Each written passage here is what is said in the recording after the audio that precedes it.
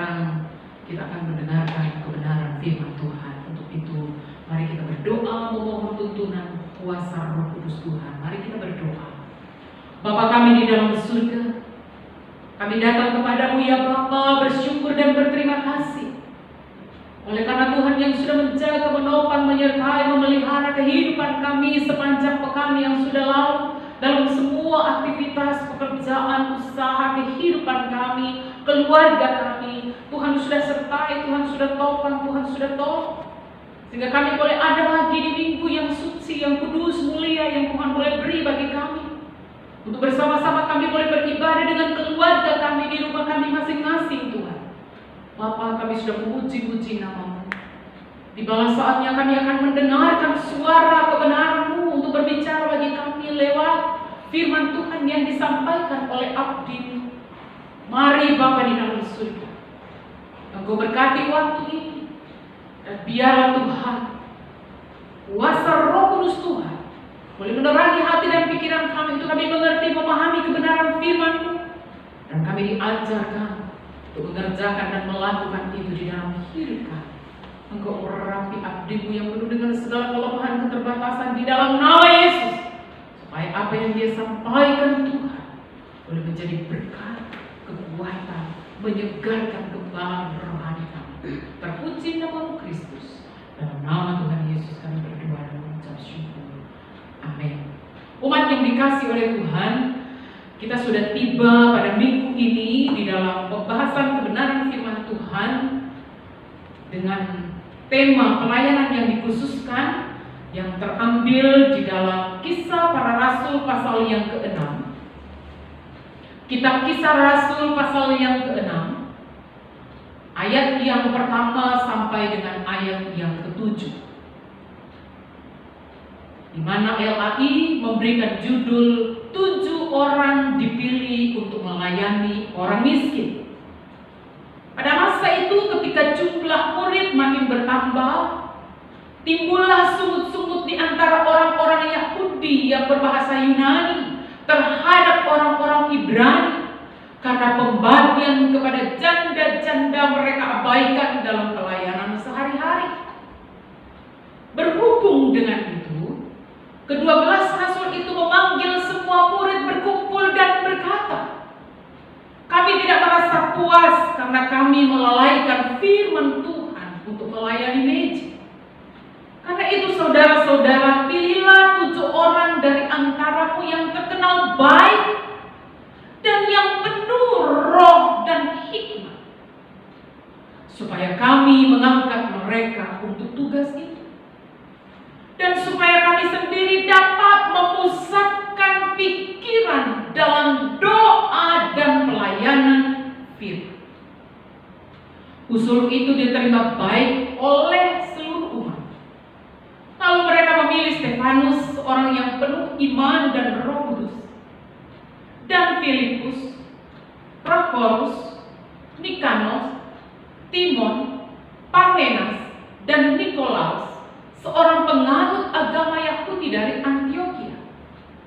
Mereka itu diperhadapkan kepada rasul-rasul, lalu rasul-rasul itu pun berdoa dan meletakkan tangan atas mereka. Firman Tuhan makin tersebar, dan jumlah murid di Yerusalem makin bertambah banyak. Juga sejumlah besar imam menyerahkan diri dan percaya. Sampai sedemikian jauh pembacaan firman Tuhan yang berbahagia adalah setiap kita yang pendengar dan kita juga diberikan kecakapan untuk kita mengerjakan dan melakukan firman Tuhan ini di dalam kehidupan kita. Sekali lagi shalom umat Tuhan yang dikasihi oleh Kristus. Kita bersyukur kepada Tuhan untuk kesekian minggu kita boleh beribadah di rumah, tetapi tidak mengurangi rasa persekutuan kita, rasa kebersamaan kita, rasa sukacita kita untuk bersekutu satu dengan yang lain sebagai umat yang percaya kepada Tuhan. Karena tetap kebenaran firman Tuhan boleh diperdengarkan bagi setiap kita.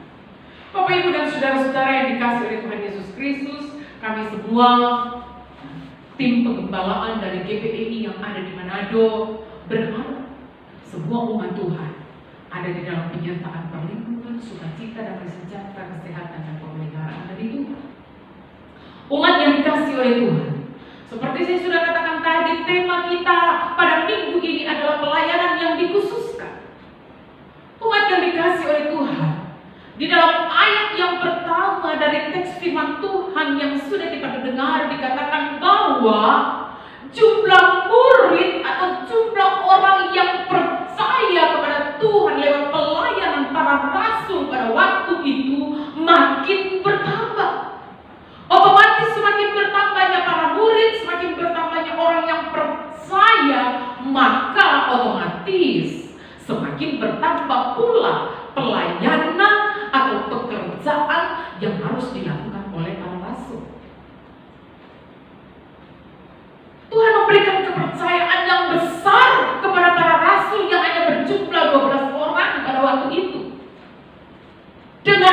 pelayanan dengan jumlah orang-orang percaya yang hari lepas hari, kalau kita baca di dalam ayat yang ke-7, bahwa makin Tuhan tambahkan umat yang Tuhan percayakan kepada para rasul untuk dilayani. Nah, umat Tuhan yang dikasihi oleh Tuhan Yesus Kristus, ini berarti kita melihat bagaimana karya dan pekerjaan Roh Kudus yang begitu luar biasa. Ketika para rasul dipenuhi dengan kuasa Roh Kudus Tuhan, dan bagaimana Tuhan berkarya begitu luar biasa, dan mereka memberi diri untuk diutus oleh Tuhan melayani. Wow, pelayanan mereka makin berimplementasi dengan begitu luar biasa. Umat yang dikasihi oleh Tuhan Yesus Kristus, otomatis dengan makin bertambahnya pelayanan, oleh karena jumlah umat atau orang yang percaya kepada Tuhan makin banyak, Bapak Ibu dan Saudara, rasul-rasul makin menyadari keterbatasan mereka untuk menjangkau ribuan yang mengikut Tuhan pada waktu itu.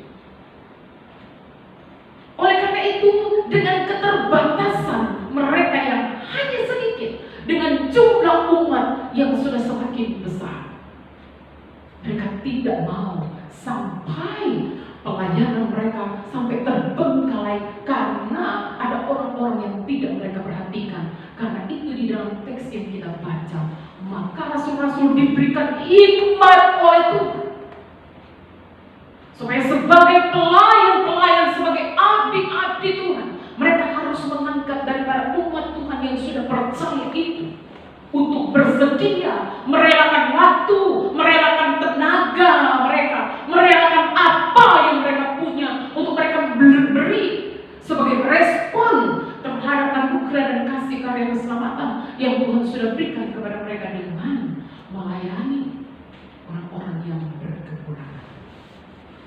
Kenapa Bapak Ibu dan Saudara, rasul-rasul ini harus mengangkat dan memilih 7 orang dari sekian ribu orang atau umat orang yang percaya pada masa itu?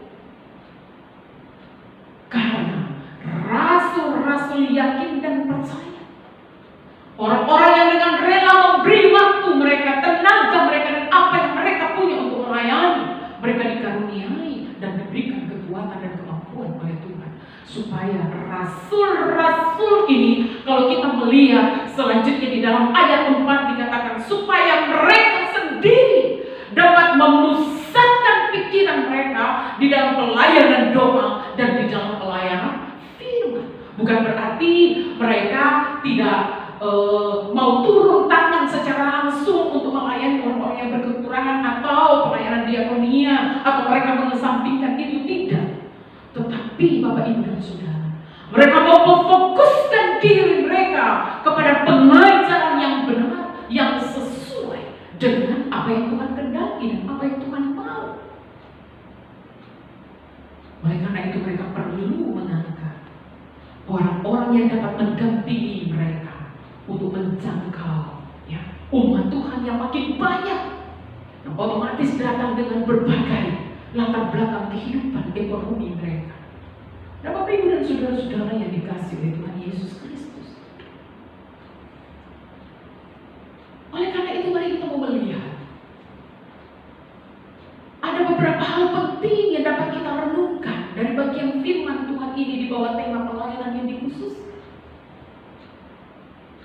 Kalau kita mau mencermati secara khusus, sebenarnya kita melihat di sini sepertinya pelayanan yang dikhususkan itu adalah pelayanan diakonia dengan memperhatikan orang-orang yang berkekurangan itu. Tapi sebenarnya tidak. Sehingga rasul-rasul harus mengangkat 7 orang pilihan yang penuh dengan hikmat, yang penuh dengan Roh Kudus, yang terkenal baik untuk melakukan pelayanan diakonia yang dipercayakan kepada mereka. Karena kenapa? Karena rasul-rasul harus memfokuskan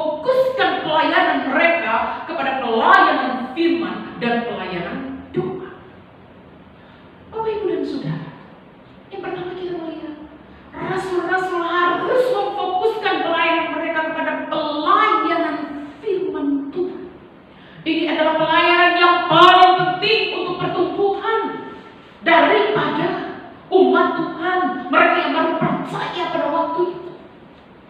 Sehingga ketika orang-orang yang baru percaya itu, mereka makin bertumbuh dan makin mengenal Tuhan di dalam kehidupan mereka. Karena itu rasul-rasul harus memberikan makanan rohani yang terbaik.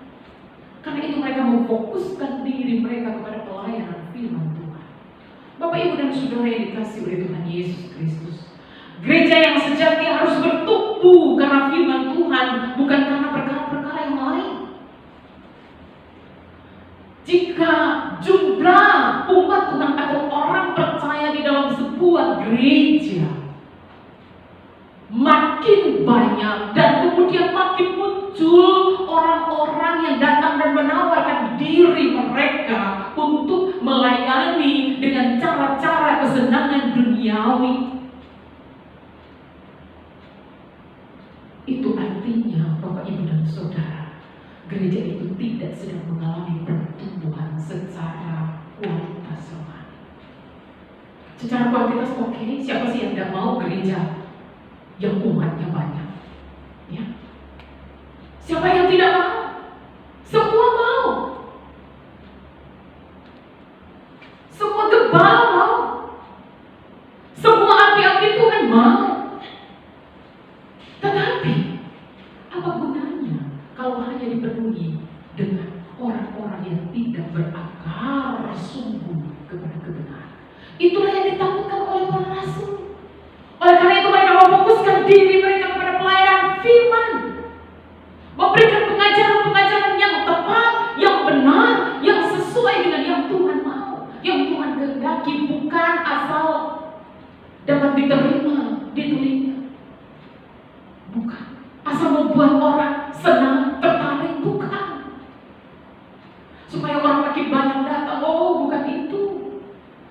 Itu berarti kita sedang membawa setiap umat Tuhan bukan kepada karya keselamatan, tetapi kepada kebinasaan karena tidak hidup di dalam kebenaran. Karena itu gereja yang sejati, gereja yang benar, gereja yang bertumbuh secara kualitas rohani yang baik harus tinggal bertumbuh di dalam kebenaran firman. Karena itu Rasul Paulus menasihatkan kepada jemaat yang ada di Kolose supaya kamu berakar dan bertumbuh di dalam firman. Karena itu yang penting. Sehingga di tengah-tengah goncangan, tantangan, pergumulan apapun yang dihadapi di tengah-tengah dunia ini, ketika kita berakar benar kepada kebenaran firman Tuhan, oh Ibu dan Saudara, kita akan sanggup dan mampu untuk bertahan di dalam iman kita tanpa dipengaruhi dengan perkara-perkara dunia. Beberapa bulan yang lalu kita sudah belajar tentang bagaimana dasar yang benar. Ya. Ketika fondasi atau dasar iman kita benar, itulah kepada Yesus Kristus dan firman-Nya. Oh, kita tidak akan mudah mundur, kita tidak akan mudah menyerah kepada keadaan apapun di dalam kehidupan. Umat yang dikasih oleh Tuhan Yesus Kristus, kenapa para rasul harus memfokuskan diri kepada pelayanan firman Tuhan? Karena pelayanan firman Tuhan itu jauh lebih penting, melebihi apapun juga. Kenapa? Karena dengan adanya pelayanan firman yang sejati, maka setiap umat Tuhan hidup secara benar dan mereka tergerak di dalam kebenaran firman Tuhan itu. Untuk apa? Untuk mereka boleh dapat menolong orang-orang lain dengan motivasi dan cara-cara yang bijak.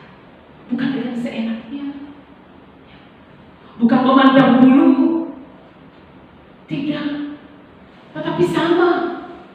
Itulah yang rasul-rasul inginkan. Karena itu dipilihlah orang-orang yang tepat, yang penuh dengan hikmat, yang dalam hidup dalam kebenaran dan dipenuhi dengan Roh Kudus Tuhan. Kenapa pelayanan firman Tuhan itu penting? Karena dengan adanya pelayanan firman, maka orang-orang Kristen dapat mengenal kasih Tuhan dan mempunyai kekuatan untuk mengasihi sesama. Bapak, Ibu, dan Saudara, dunia sedang kehilangan kasih hari-hari ini, kita lihat ya. Di tengah-tengah pandemi COVID-19 kita melihat ada begitu banyak orang yang berlomba-lomba yang seharusnya dia memberikan pertolongan bantuan kepada orang lain, tetapi tangannya terbuka untuk meminta pertolongan dari orang lain. Bukan hanya orang-orang yang tidak percaya, tetapi termasuk di dalamnya orang-orang Kristen, orang-orang percaya, pelayan-pelayan Tuhan. Sungguh mengerikan. Harusnya menjadi perenungan yang dalam ketika pandemi COVID-19 ini diizinkan oleh Tuhan. Harusnya kita melihat diri kita dan kita bertobat, tetapi kita melihat hari-hari ini, ya? Orang-orang bukan hidup kepada pertobatan, tetapi makin hidup kurang ajar di hadapan Tuhan. Makin hidup memberontak kepada Tuhan. Bagaimana mau peduli dengan sesama? Kasih sudah semakin sulit kita jumpai, karena banyak orang yang tidak lagi hidup di dalam kasih Tuhan. Hanya hidup bagi diri sendiri dan mengasihani diri sendiri. Bukankah ketika kita yang berkecukupan mengangkat tangan kita dan meminta-minta, berarti kita sedang menghina segala berkat dan kasih karunia yang Tuhan anugerahkan di dalam kehidupan kita. Umat yang dikasih oleh Yesus Kristus. Kenapa pelayanan firman itu penting? Karena dengan adanya pelayanan firman Tuhan, maka kita sebagai orang-orang yang percaya, maka rasul-rasul boleh membawa orang-orang yang sudah mengalami perjumpaan dengan Tuhan pada waktu itu hidup di tengah-tengah komunitas. Bukan saja dengan orang-orang yang sudah diselamatkan, tetapi dengan orang-orang yang belum mengalami karya keselamatan. Itu yang dikatakan dengan kitab suci, seperti domba-domba yang hidup di tengah-tengah serigala. Ada banyak serigala yang muncul di hari-hari ini. Maka kita sebagai anak-anak Tuhan, sebagai domba-dombanya Tuhan, apa yang harus kita lakukan? Kita mau menyerah? Kita mau lari? Tidak bisa. Tuhan izinkan kita ada di situasi itu supaya apa? Firman yang hidup itu yang sudah kita dengar, kita belajar untuk mengaplikasikan dengan benar di dalam kehidupan kita. Kenapa pelayanan firman Tuhan itu penting? Karena dengan adanya pelayanan firman, maka setiap kali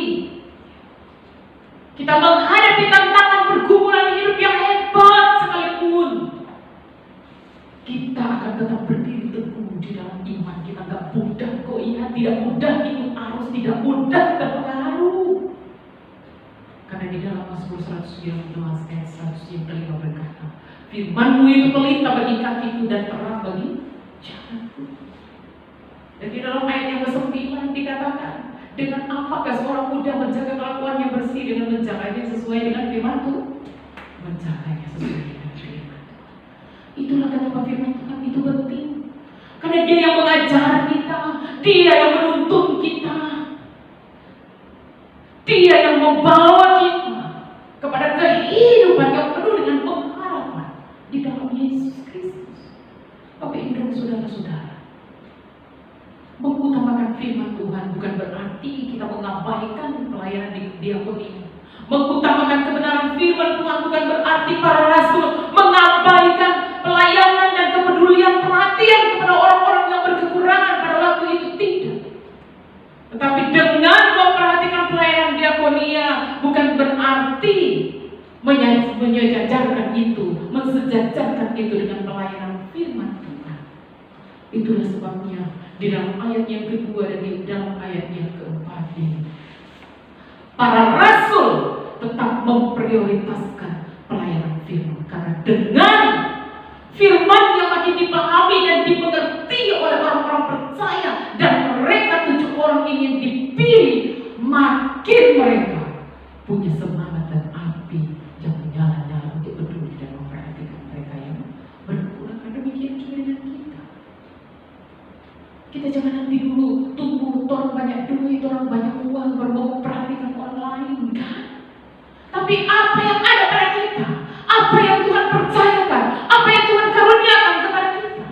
Karena firman Tuhan itu sudah hidup, bertumbuh, berakar dalam hidup kita, kita harus mengerjakan itu di dalam hidup kita, dengan kepedulian kita dengan orang lain. Di hari-hari ini Bapak Ibu dan Saudara, banyak orang yang ada di sekitar kita. Mungkin bukan hanya membutuhkan sembako, tetapi mungkin mereka hanya membutuhkan waktu kita untuk kita mendengarkan mereka. Ya, mereka mau berbagi, berkumpulan dengan kita, Bapak Ibu dan Saudara. Adakah kita sudah mengerjakan dan melakukan itu? Atau kita hanya tinggal di rumah dan sedang beruminasi, menyesali kehidupan ini, dan kemudian kita tidak hidup di dalam sukacita dan damai sejahtera? Tetapi marilah hari ini kita belajar hidup dan bertumbuh dari kebenaran firman Tuhan. Kemudian yang kedua yang ditekankan oleh rasul-rasul dan pelayan mereka, firman Tuhan, dan kemudian mereka fokus di dalam doa. Bapak Ibu dan Saudara-saudara, pelayanan firman dan doa menjadi pelayanan yang penting di dalam gereja Tuhan. Doa menunjukkan satu relasi hubungan persekutuan yang intim antara kita dengan Tuhan. Jangan bilang kita pelayan Tuhan, komtoran, cuma sibuk dengan mempersiapkan ini dan itu, tetapi kita tidak punya waktu untuk berlutut di hadapan Tuhan, supaya Tuhan memberkati pelayanan. Ada banyak orang loh yang begitu. So terlalu sibuk dengan semua kegiatan-kegiatan gereja sampai serupa untuk berdoa, sampai serupa untuk persekutuan dengan Tuhan. Itulah yang tidak mau dilakukan oleh rasul-rasul ini. Karena itu mereka bukan melalaikan atau mengabaikan pelayanan, perhatian kepada orang-orang yang berkekurangan, bukan. Tetapi bagaimana mereka fokus di dalam pelayanan firman dan bagaimana mendoakan umat Tuhan, dan mereka sendiri ada persekutuan yang intim dengan Tuhan. Jangan bilang Bapak Ibu dan Saudara, seorang gembala, seorang abdi Tuhan, dia dipakai dengan luar biasa. Itu bukan hanya dari kekuatannya, tetapi dari pergumulan, datang kepada Tuhan, berdoa dengan waktu-waktu yang khusus di hadapan Tuhan. Bapak Ibu dan Saudara yang dikasih oleh Tuhan Yesus, karena doa begitu penting. Doa begitu penting dalam sebuah pertemuan gereja. Doa begitu penting di dalam pelayanan kita. Doa begitu penting untuk kita mendapat terobosan-terobosan yang baru di dalam pelayanan. Tidak menjadi mandek di situ saja, tetapi selalu ada sesuatu yang baru dalam hikmat dan kuasa yang Tuhan berikan untuk apa yang harus kita kerjakan dan lakukan sebagai gereja, supaya berdampak nyata di tengah-tengah lingkungan di mana kita ada. Karena itu butuh doa, doa, doa, dan doa. Bapak Ibu dan Saudara yang dikasih oleh Tuhan Yesus Kristus, karena itu sebagai umat Tuhan, jangan pernah melalaikan ini. Apalagi engkau sebagai pelayan Tuhan, engkau sebagai abdi Tuhan, seorang abdi yang diurapi oleh Tuhan, pasti ya kehidupan doanya dan keintimannya dengan Tuhan begitu nyata, sehingga pelayanannya ada pengaruh, ada kuasa di dalamnya. Sehingga siapa kita ini hanya orang-orang yang biasa, tetapi kita dapat mengerjakan perkara-perkara yang luar biasa. Karena apa ya itu? Terus bertekun di dalam doa, di dalam doa, di dalam doa, di dalam doa. Firman dan doa menjadi dasar bagi pelayanan-pelayanan yang lain, termasuk pelayanan di diakoni. Firman dan doa menjadi fondasi bagi batu-batu pelayanan yang lain yang diletakkan dan dipercayakan oleh Tuhan bagi kita. Tembok sebuah rumah penting, bukan? Tetapi apa gunanya tembok yang bagus itu kalau ya dia tidak punya fondasi yang baik, dia tidak punya fondasi yang benar, maka kalau datang aja gak usah ya, angin badai, angin sepoi-sepoi pun rontok itu tembok. Karena apa? Dasarnya enggak, fondasinya enggak ada, asal dibangun kalau tembok ya, dia kuat, mau badai, mau hujan, mau angin, apapun, dia akan kuat karena apa? Dasar. Demikian juga dengan kehidupan kita. Pondasi kita harus benar, berakar di dalam firman, hidup sungguh-sungguh di dalam doa. Maka Bapak Ibu dan Saudara, kita tidak akan mudah rapuh, kita tidak akan mudah tumbang di tengah-tengah tantangan, goncangan badai dunia ini. Seperti lagu pujian yang dinyanyikan oleh abdi-abdi. Kita dimampukan oleh Tuhan untuk dapat menggunakan dan meraih setiap kesempatan yang Tuhan beri untuk kita boleh dapat berbuat sesuatu bagi umat dan kemuliaan bagi nama Tuhan. Umat yang dikasihi oleh Tuhan Yesus Kristus. Dua perkara inilah, firman dan doa, menjadi dasar untuk pelayanan, perhatian kepada orang-orang yang membutuhkan dapat dilakukan, baik oleh setiap abdi Tuhan maupun setiap umat Tuhan, sehingga boleh terjadi satu kebersamaan, satu relasi, satu hubungan yang manis indah, sehingga orang melihat gereja itu betul luar biasa. Mari ke depan ya.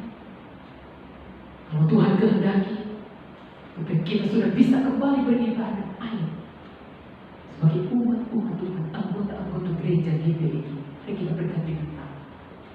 Pelayanan yang ada bukan hanya untuk dikerjakan oleh abdi-abdi Tuhan yang ada, tetapi mari kita mau terlibat di dalam PA. Kita ada PA, kita ada doa untuk bekerja dan umat Tuhan. Ayo, kita mau berlomba-lomba, karena hari-hari ini itu yang Tuhan mau untuk kita kerjakan. Supaya apa? Sekali lagi saya katakan, ada terobosan yang sesuai dengan kebenaran firman Tuhan yang dapat kita kerjakan dan lakukan. Supaya apa? Kita boleh tampil ya, sebagai gereja Tuhan, berbeda dengan gereja-gereja yang lain. Kita dapat meraih sebanyak mungkin jiwa yang belum percaya kepada Tuhan untuk mereka percaya, seperti apa yang dikatakan di dalam ayat yang ke-7. Firman Tuhan makin tersebar dan jumlah murid di Yerusalem makin bertambah banyak, juga sejumlah besar imam menyerahkan diri percaya. Itu goalnya ya. Kalau kita tetap tinggal kepada kebenaran, hidup di dalam doa, maka kita akan melihat tuayan ya, akan Tuhan percayakan kepada kita. Kiranya kebenaran firman Tuhan ini boleh memberkati setiap kita, Bapak Ibu dan Saudara. Amin. Mari kita berdoa.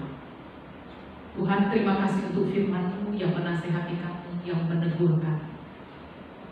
Baik kami sebagai abdi-abdi-Mu Tuhan, maupun kami sebagai umat-Mu.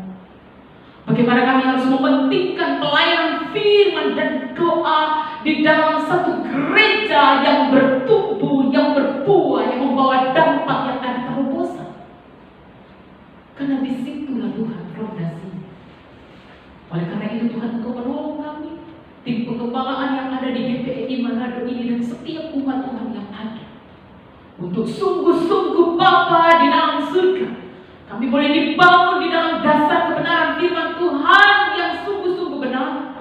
Dan bagaimana relasi dan hubungan persekutuan kami yang manis intim dengan Engkau Tuhan, supaya Bapa di dalam surga makin baik. Tuhan boleh mempercayakan pelayanan demi pelayanan dengan orang-orang yang bertobat dan berjumpa dengan Engkau. Terima kasih Bapa. Tuhan peduli dan Tuhan melihat setiap umat-Mu yang ada di rumah, yang sedang bergumul dengan ekonomi, yang sedang bergumul dengan usaha, yang sedang bergumul dengan pekerjaan, yang sedang bergumul dengan kesehatan. Di dalam nama Yesus Tuhan, Engkau memberikan jalan keluar bagi setiap mereka. Terima kasih kami berdoa untuk situasi hari-hari ini Tuhan. Dengan adanya pandemi COVID-19 yang melanda dunia, melanda Indonesia, ada juga di Sulawesi Utara, mulai dari kota sampai kepada pedesaan-pedesaan, di dalam nama Yesus Engkau pulihkan dan Engkau sembuhkan. Dan di dalam nama Yesus dengan secepatnya Tuhan, COVID ini boleh berlalu dari dunia ini. Karena Tuhan, Engkau melihat ada begitu banyak orang yang hari-hari ini hidup dalam kesulitan. yang kehilangan pekerjaan, yang hidup tidak tahu apa yang harus dimakan hari ini. Tuhan, biarlah Bapa, di tengah-tengah situasi dan kondisi yang ada, kami mau tetap datang dan berserah kepada-Mu sebagai pemilik hidup kami dan Tuhan yang mengatur segala sesuatu yang ada di dalam dunia ini. Kami tahu semua dalam kuasa dan kehendak-Mu, Bapa. Terima kasih Tuhan. Kami menyerahkan tim yang melayani hari ini dalam pelayanan, baik pemimpin pujian, para abdi-abdi-Mu yang memuji Tuhan, pemusik yang memegang kamera untuk perekaman ini, Tuhan. Abdi-Mu yang menyampaikan firman-Mu, mari Tuhan berapi makin berkati. Terpuji-pujilah nama-Mu Bapa di dalam sulit. Inilah yang menjadi seruan dan doa kami yang kami naikkan kepada-Mu Kristus. Di dalam satu nama yang berkuasa, Tuhan kami Yesus Kristus, yang mendengar doa kami dan kami percayakan hidup kami sepanjang waktu dan pekan yang ada di depan ini. Apa yang kami kerjakan, apa yang kami butuhkan dan kami perlukan, kami percaya Bapa, Engkau menyediakan dan mencukupi kami. Terpuji-pujilah nama-Mu Kristus kekal selama-lamanya. Dalam nama Tuhan Yesus yang mendengar menjawab setiap doa kami dan ada selalu bagi kehidupan kami. Kami telah berdoa dan bersyukur kepada Bapa di surga. Umat yang dikasihi oleh Tuhan Yesus Kristus, kita sudah beribadah kepada Tuhan. Kita sudah memuji-muji Tuhan, kita sudah memuliakan nama-Nya, dan biarlah sepanjang pekan yang akan kita jalani, kita tetap percaya dengan iman, penyertaan sempurna dari Tuhan itu menjadi bagian dalam hidup kita, karena itu kerjakanlah dan hiduplah dalam kebenaran firman Tuhan. Karena itu arahkanlah hatimu kepada Tuhan dan terimalah berkat. Tuhan memberkati engkau dan melindungi engkau. Tuhan menyinari engkau dengan wajah-Nya dan memberikan kepadamu kasih karunia. Tuhan menghadapkan wajah-Nya kepadamu dan memberikan engkau damai sejahtera yang kekal, mulai hari ini dan sampai selama-lamanya. Amin. Puji Tuhan Bapak Ibu dan Saudara, kita bersyukur kepada Tuhan. Pada hari Minggu ini kita boleh dapat beribadah kepada Tuhan. Kita boleh memuji-muji, meninggikan dan memuliakan nama-Nya, dan terlebih kita boleh kembali diteguhkan, dinasehati oleh kebenaran firman Tuhan. Biar kita boleh tetap sehat, tetap tekun di dalam doa, tetap alami sukacita anugerah pertolongan Tuhan di dalam kehidupan kita, supaya Bapak Ibu dan Saudara, kita dapat menjalani hari-hari kehidupan kita di dalam anugerah dan pertolongan daripada Tuhan. Tuhan memberkati kita semua. Haleluya.